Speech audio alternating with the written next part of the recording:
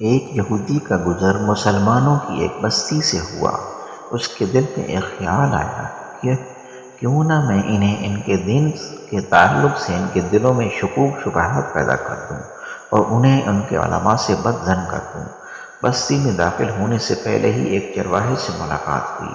یہودی نے سوچا کہ کیوں نہ اسی جاہل سے اس کی ابتدا کی جائے اور اس چرواہے کے دل و دماغ میں اسلام کے خلاف شکوک و شبہات پیدا کیے جائیں۔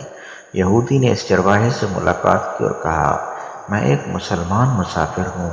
باتوں ہی باتوں میں یہودی کہنے لگا، ہم مسلمان قرآن مجید کو یاد کرنے کے لیے کتنی مشقت اٹھاتے ہیں، جبکہ قرآن 30 اجزاء پر مشتمل ہے، لیکن قرآن مجید میں بے شمار آیات متشابہ ہیں جو ایک ہی جیسی ہیں، بار بار دہرانے کی کیا ضرورت ہے؟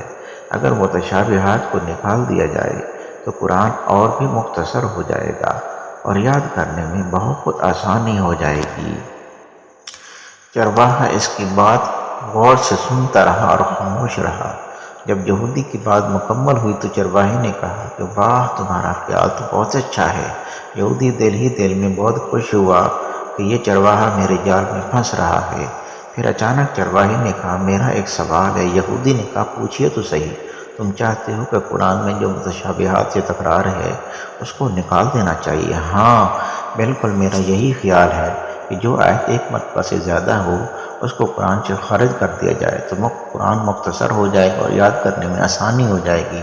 چرواہے نے کہا، مجھے ایسا لگتا ہے تمہارے بدن پر بعض اعضاء ایک سے زیادہ ہیں جو تکرار پیدا کر رہے ہیں جس کا کوئی فائدہ نہیں۔ کیوں نہ تمہارے 2 ہاتھوں میں سے ایک ہاتھ کاٹ دیا جائے، 2 پیروں میں سے ایک ہی پیر رکھا جائے، اس لیے کہ یہ تکرار ہے۔ 2 آنکھوں کی کیا ضرورت ہے، کام تو ایک آنکھ سے بھی پورا ہو سکتا ہے۔ کیوں نہ تمہاری ایک آنکھ بھی نکال دی جائے۔ 2 کان اور 2 گردوں کی کیا ضرورت ہے، اس میں بھی تکرار ہے۔ اگر ان تمام تکرار والے اعضاء کو نکال دیا جائے تو تمہارا بدن بھی ہلکا ہو جائے گا اور غذا کی مقدار بھی کم ہو جائے گی اور تمہیں زیادہ جدوجہد کرنے کی بھی ضرورت نہیں رہے گی۔ کیا خیال ہے؟ یہودی اپنا سا منہ لے کر فوراً اٹھ کھڑا ہوا اور اپنی راہ لی۔ زندگی بھر یہی سوچتا رہا کہ جب مسلمانوں کے چرواہے کی یہ فکر ہے تو ان کے علماء کے افکار کیسے ہوں گے۔